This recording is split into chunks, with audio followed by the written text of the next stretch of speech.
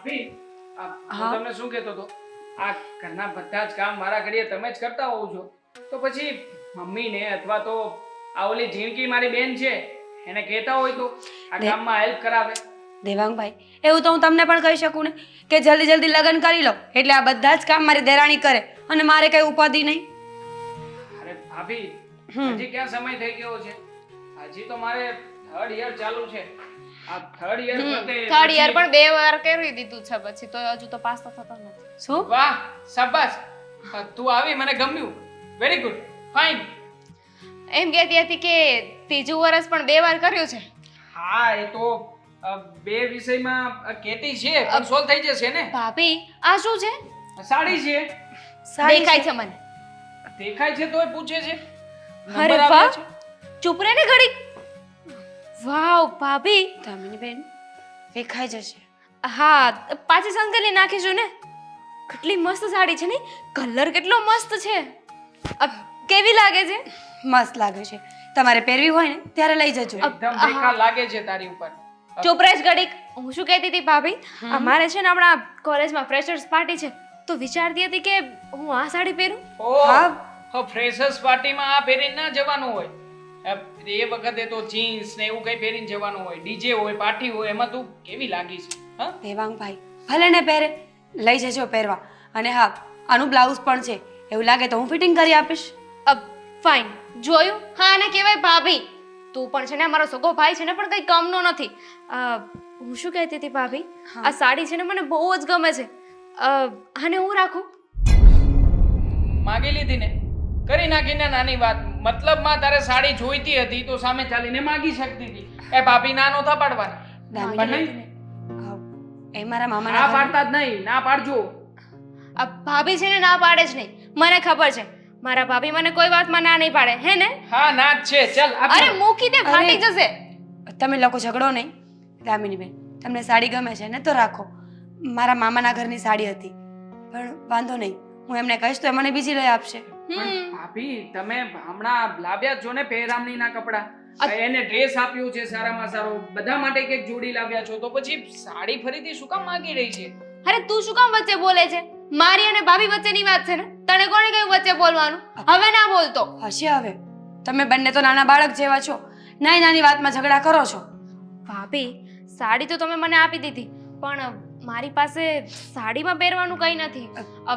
ગળામાં અને હાથમાં. હા દામિની, છે. આ તમારા લગ્ન વખતે એને હાર લીધો તો એનું શું થયું? એના પહેરી દેવાંગભાઈ, શકે? એ પણ 2 વાર પહેરી લીધો છે. અને રહી વાત એ હારની તો એ ચણિયા ચોળી ઉપર પહેરવાનો હતો. સાડીમાં પહેરવાની વસ્તુ અલગ આવે. અરે બસ બાબા. દેવાંગભાઈ, છોકરીઓને એવું જ હોય, એક ને એક વસ્તુ 2-3 વાર પહેરી લઈને પછી કંટાળો આવી જાય, પછી એની એ જ્વેલરી ન ગમે. દામિનીબેન, મારી પાસે બધી જ વસ્તુઓ છે. એના માટેનો સેટ છે, બેંગલ્સ છે, બધી જ વસ્તુઓ પડી છે. તમને જોઈએ ને એ તિજોરીમાંથી લઈ લેજો. સારું. અને આ તમારા ભાભી બ્યુટી પાર્લરનું કરે છે ને હા. તો એમને કહેશો કે મને રેડી કરી આપે. અરે એમને બ્યુટી પાર્લરમાં કોણ જાય? ફ્રેશર્સ પાર્ટી છે. ચૂપ રહે ને. શું કરતી હતી? હા, મને થયું તું મારીશ. હા, જો બસ મારતી નહીં. ફ્રેશર્સ પાર્ટીમાં કોણ થાય એટલું બધું તૈયાર? ભાભી દામિનીબેન, આટલી તમારી જ ભૂલ છે. અહીંયા બેસીને બહેસ કર્યા વગરના ઊભા થઈને વસ્તુઓ લઈ લો ને, મોડું નથી થતું. પાક્કું. પાક્કું. યસ. શું યસ? ઓ દેવાંગભાઈ, ભાભી આવી જ છે. આ તમારી બધી વસ્તુઓ વાપરી નાખશે. કઈ દેતા નહીં એને. કોઈ વાંધો નહીં. એ નહીં વાપરે તો કોણ વાપરશે? તમે તો યુઝ નહીં કરી શકો ને મારી વસ્તુઓ. મારો મતલબ છે આ બેંગલ્સ, સેટ વગેરે બધું. હા સાચી વાત છે. પણ હું શું કહું છું, આ સાંજે કંઈક નવું બનાવો ને. આ રોજે રોજ શાક રોટલી બનાવું છું હમણાંથી. જુઓ પાઉંભાજી? પકોડા. પકોડા. પકોડા અને પાણીપુરી બંને સાથે બનાવજો. યુનિક લાગે ને. હા સારું, તમે મને વસ્તુઓ લઈ આપો, હું બનાવી દઈશ.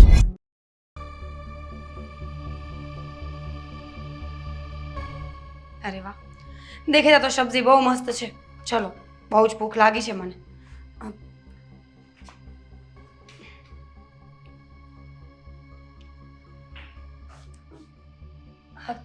બેન, ભાભી ડબ્બામાં શાક. હા અચ્છા બહારથી પાર્સલ આવ્યું છે. હા દામિની બેન, મને છે ને બહારનું ખાવાની બહુ ઈચ્છા થઈ હતી, એટલે મેં બહારથી પંજાબી સબ્જી અને રોટલી મંગાવી છે.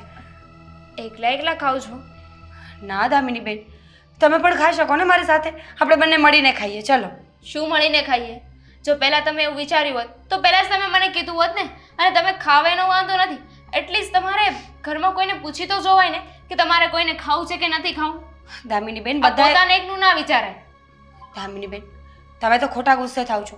બધા જમીને બેઠા હતા અને આજે હું જમી નહોતી એટલે મેં મારા માટે બહારથી મંગાવ્યું.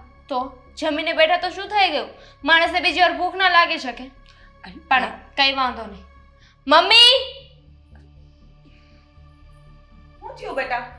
મમ્મી, આ પંજાબી ખાવાનું આવ્યું છે, તમારે ખાવું છે? પંજાબી ખાવાનું કોને મંગાવ્યું હોળી ઘરમાં? ભાભીએ. કેમ? હા મમ્મી, એમને ભૂખ લાગી હતી, બપોરે શાક રોટલી બન્યું હતું ને એ ભાભીને નહોતું ખાવું એટલે એમને પંજાબી ઓર્ડર કર્યો. એટલે સીધી વાત એમ હતી કે એમને આ ખાવાનું નથી ભાવતું, એમને પંજાબી ખાવું હતું. પંજાબી ખાવાનું મન થયું હોય તો હાથ ક્યાં ભાંગી ગયા? આપણે ઘરમાં બનાવીએ જ છીએ, બનાવીને ખાઈ લેવાય ને. અને બહારથી લાવવાની શું જરૂર હતી તારે? મમ્મી આળસ આવે ને, બીજું શું હોય મમ્મી. ના અને દામિની બેન, મગાવ્યું ને એનો વાંધો નથી, પણ મગાવીને એટલીસ્ટ બીજાને પૂછવું તો જોઈએ ને કે હું ખાઉં છું, કોઈને ખાવું છે. આ એકલા એકલા ખાવાનું શું મતલબ? અને આપણે કઈ થોડી એવા છીએ કે કોઈ બીજાના ખાવામાં નજર નાખીએ. દામિની બેન, પહેલાં જ તો કહ્યું ને કે મેં બપોરે જમ્યું નહોતું અને મને ઈચ્છા થઈ હતી. અરે કદાચ બહારથી મંગાવ્યું તો શું થઈ ગયું મમ્મી? પણ તમે આ ઘરના વહુ છો, તમને એટલી ના ખબર પડે કે હું કોઈને પૂછી જાઉં. આ ઘરમાં કાંઈ મગાવતી વખતે કે કાંઈ પણ નિર્ણય લેતી વખતે છે ને પેલા મોટાને પૂછવું જોઈએ. હા, કોઈ એવો નિર્ણય નથી કે મારે બધાને પૂછવું પડે. બહારથી લાવવામાં કોઈ પૂછવા નહીં એટલે હું કાંઈ મરી નથી ગયા, જે જેવું છું હો. અને મને પૂછ્યા કરશે ને ઘરમાંથી કોઈ એક રૂપિયા નહીં લેવાનો અને બહારની કોઈ વસ્તુ ન આવવી જોઈએ. અને તારાથી કોળિયો ગળે ઉતરે કેમ માર છોડીને મૂક્યા વગરનો?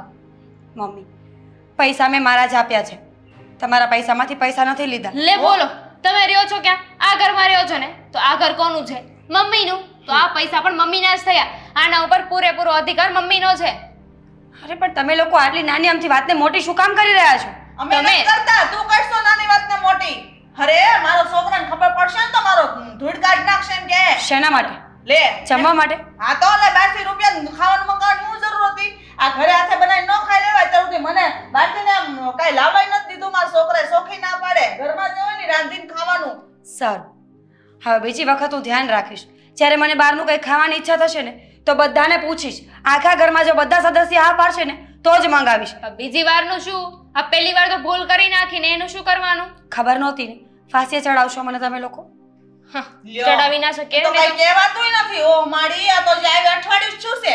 આ નવી નવી છે તો આપણને એમ થયું બિચારીને કાંઈ નહીં ખબર પડતી અને હું કઈ, પણ આને તો કહેવાય ને કે મગજને દાંત નીકળ્યા મોઢામાંથી. હું કરવું હવે? લે આ ભાઈને કેવું તો ભાઈ મને ખીજા હે. બોલ.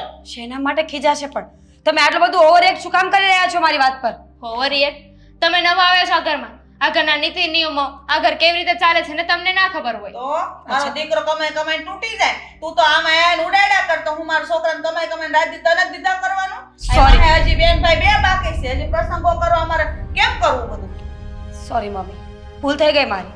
હવે આજ પછી કોઈ વસ્તુ નહીં મંગાવું, ધ્યાન રાખીશ.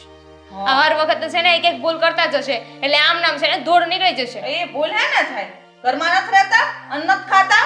અને બીજી વાત, તારે છે ને એકલું ક્યાંય ઘરની બહાર નહીં જવાનું. જ્યાં જાઉં ને મારે છોડીને હારે લઈને જવાનું. અરે પણ હું ગયો જ નથી મમ્મી ક્યાંય. જશો ને, આ જમવાનું મગાવી લીધું તો કાલ સવારે એકલા પણ જશો, બધું એકલે હાથે કામ કરવા લાગશો. સારું, ભૂલ થઈ ગઈ મારી, આઈ એમ સોરી. હા જોયું મમ્મી કેટલી તમરી કરે છે તમારી આગળ? મને એમ કે ઘણાય સારા છે, આપણે પ્રેમથી વાત કરીએ. અત્યારે મને મૂકીને જમવાનું મગાવી લીધું છે, કાલે સવારે મને મૂકીને શોપિંગ કરવા જશે, મને મૂકીને બધું કામ કરવા લાગ્યા છે. એટલે મારું તો છે ને હવે આ ઘરમાં કાંઈ ઇજ્જત જ નથી રહેવાની. તું ઉપાધિ હું કામ કરસ? હું શું તારી યારે? ઈ ભલે લવ લવ કરતી, તાર ભાઈ નાવા દે હાંજે. જો આજે વારો કઢાવું જો ને તું. ભાઈ કાંઈ નહીં કે હવે. ભાઈ હું ન કાંઈ કે તને નથી ખબર. ભાઈ હું કહું ને એટલું જ કરે, ખબર છે તને? હવે આ 5 દીથી આવી એને હું ખબર હોય ભાઈનો સ્વભાવ કેવો છે, તું જોજે. અને જ્યાં જઈને ને હારે પગલે પગલું દબાવવાનું, એકલી મૂકવાની જ નહીં આને. એના બાપના ઘર ભેગા રૂપિયા કરશે દોથા મારી મારીને. હું આપણા ઘરમાં ભોગ ભેગું થવાનું છે? સાચી વાત છે તમારી, તો ચિંતા ના કરો તમે.